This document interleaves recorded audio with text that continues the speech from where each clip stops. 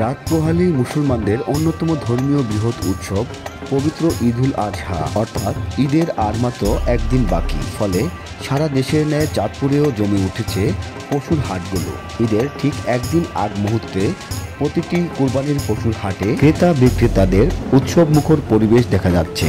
এই দৃশ্য কেবল চাঁদপুর জেলা শহরের প্রাণকেন্দ্রেই নয়, প্রতিটি উপজেলা, ইউনিয়ন এবং গ্রামের হাট বাজারগুলোতেও পশুর হাটে একই দৃশ্য দেখা যাচ্ছে। দূর দূরান্ত থেকে ব্যাপারী, খামার মালিক এবং গৃহস্থরা গরু, ছাগল, মহিষ, ভেড়া এনেছে এসব পশুর হাটে, আর মুহূর্তেই তা বিক্রি হয়ে চলে যাচ্ছে ক্রেতাদের হাতে।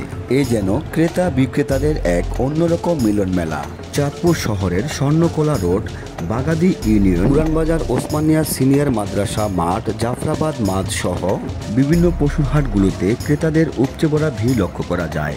এসব পশুর হাটগুলোতে ক্রেতাদের সাথে কথা বলে জানা যায়, গত বছরের মতো এবারও কুরবানির পশুর দাম অনেকটাই বেশি। তবে এর ঠিক উল্টো কথা বলেন হাটগুলোতে কুরবানির পশু নিয়ে আসা বিক্রেতারা।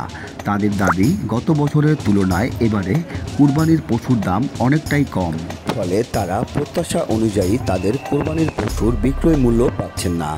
এতে করে তারা অনেকটাই বাধ্য হয়ে কম দামে তাদের কোরবানির পশুগুলো বিক্রি করছেন। এদিকে চাঁদপুর শহরের বিভিন্ন পশুর হাটগুলো ঘুরে ঘুরে আইন শৃঙ্খলা বাহিনীর ব্যাপক নিরাপত্তা লক্ষ্য করা গেছে। বড় বড় হাটগুলোর সামনে পুলিশ সদস্যের পাশাপাশি আনসার সদস্যরাও কাজ করছে। এছাড়াও প্রতিটি পশুর হাটে আয়োজক কমিটির পক্ষ থেকে স্বেচ্ছাসেবী এবং ভলান্টিয়াররাও কাজ করছে।